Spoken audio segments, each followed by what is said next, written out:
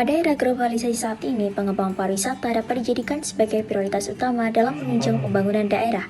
Hal ini didukung oleh Sukriah pada tahun 2014 bahwa perkembangan pariwisata mampu meningkatkan penciptaan kesempatan kerja sekaligus meningkatkan pendapatan nasional serta berpengaruh pada penerimaan pajak dan nilai tukar rupiah. Hai, perkenalkan nama saya Hilyatus Salda. Dalam kali ini saya akan membahas bagaimana kelayakan kawasan ekowisata di Taman Nasional Alas Purwo, Kabupaten Banyuwangi, Jawa Timur. Kabupaten Banyuwangi, salah satu daerah di Provinsi Jawa Timur, dalam hal ini serius dalam mengoptimalkan potensi wilayahnya untuk kegiatan pariwisata guna menunjang pembangunan daerah. Banyuwangi merupakan wilayah kabupaten yang kaya akan keindahan alam dan potensi pariwisata, mulai dari keunikan budaya sampai dengan warisan sejarah. Pengaruh sektor pariwisata terhadap pembangunan nasional ini di Banyuwangi sudah seharusnya layak untuk mendapatkan perhatian yang lebih. Terlebih lagi, belakangan ini peningkatannya cukup melesat.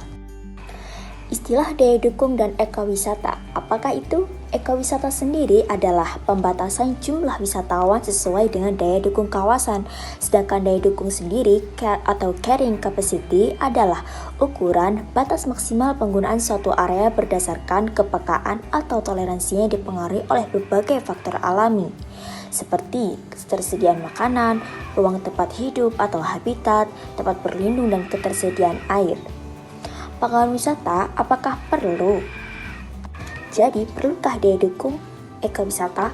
Perlu. Pengembangan wisata perlu menentukan daya dukung agar aktivitas wisata yang dilakukan dapat berlangsung secara berkelanjutan atau sustainable dan kondisi sumber daya tetap lestari.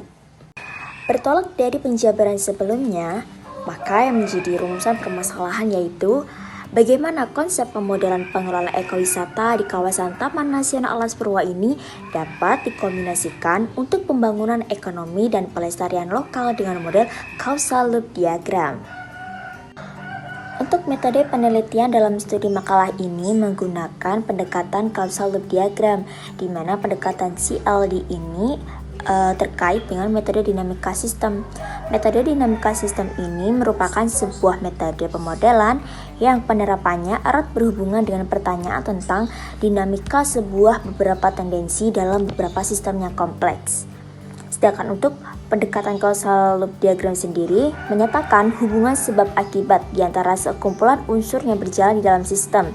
CLD juga menunjukkan hubungan sebab akibat dari suatu kejadian yang diungkapkan dalam bahasa gambar tertentu.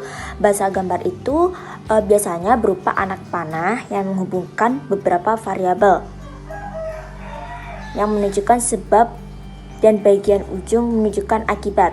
Setiap hubungan kausal itu memiliki polaritas positif atau negatif yang menandakan bagaimana sih kondisi dependen variabel berubah ketika terjadi perubahan dependen variabel. Oke, selanjutnya akan memasuki bagian hasil dan pembahasan dari studi makalah ini, yaitu pertama yang akan dibahas bagaimana hubungan ekonomi dan sumber daya alam.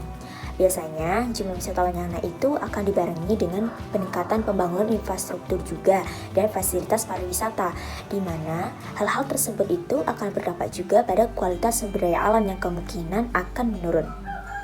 Hal ini juga tercermin dalam kawasan ekowisata Taman Nasional Alas Purwo, di mana air dan tanah menjadi sumber daya faktor terbatas.